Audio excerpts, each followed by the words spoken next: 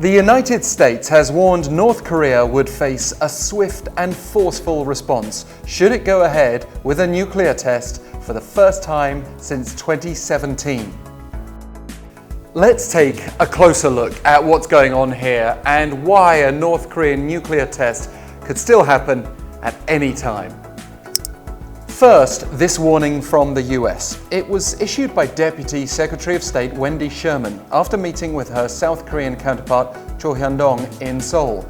Their discussion covered the North's latest illegal missile launches and the possibility of a seventh ever North Korean nuclear test. Sherman told reporters what we already know, that a nuclear test by the North would be in complete violation of UN Security Council resolutions. And that's when she threatened that fast and powerful reply, adding that the entire world will respond in a strong and clear manner. Cho also agreed that there would need to be a resolute, unified international response, mentioning new sanctions. And Cho and Sherman were set to meet again today in a trilateral session involving their Japanese counterpart Takeo Mori, again to discuss North Korea, among other issues. The US continues to insist North Korea is ready to conduct a nuclear test. Speaking this week, Special Representative for North Korea, Sung Kim, said the test could take place at any time. This is backed up by the International Atomic Energy Agency, which has detected indications of nuclear test preparations at the North's Punggye-ri site. We've been hearing about these preparations for some time now from various officials and analysts around the world, but the IAEA confirmed its intelligence this week. So the question remains, when will North Korea go ahead? Sung Kim was asked about reports that North Korea may conduct a nuclear test this Friday. He insisted he cannot confirm the timing and is also still hoping for a diplomatic solution. He insisted there's no end date to the US offer of dialogue, but he also spoke of a clear and swift response in the event of a North Korean nuclear test.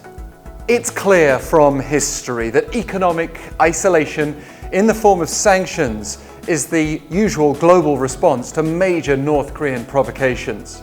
But given that China and Russia recently blocked fresh sanctions targeting the North's missile testing, which had been proposed by the US via the UN Security Council, what other options are there? Perhaps we got a taste on Monday when South Korea and the US took the unusual step of launching 8 missiles, exactly the same number as North Korea had fired a day earlier. This was after the Allies had completed a combined military exercise, including the USS Ronald Reagan, a nuclear-powered aircraft carrier. Then this past Tuesday, South Korea and the US conducted a joint air power demonstration involving F-35A stealth fighters among 20 warplanes in another show of readiness. And the US has brought together Indo-Pacific forces with the USS Ronald Reagan, another nuclear-powered aircraft carrier, the USS Abraham Lincoln, and an amphibious assault ship, the USS Tripoli, for its Valiant Shield exercise until June 17th, and will be holding a virtual drill to detect and intercept a North Korean intercontinental ballistic missile.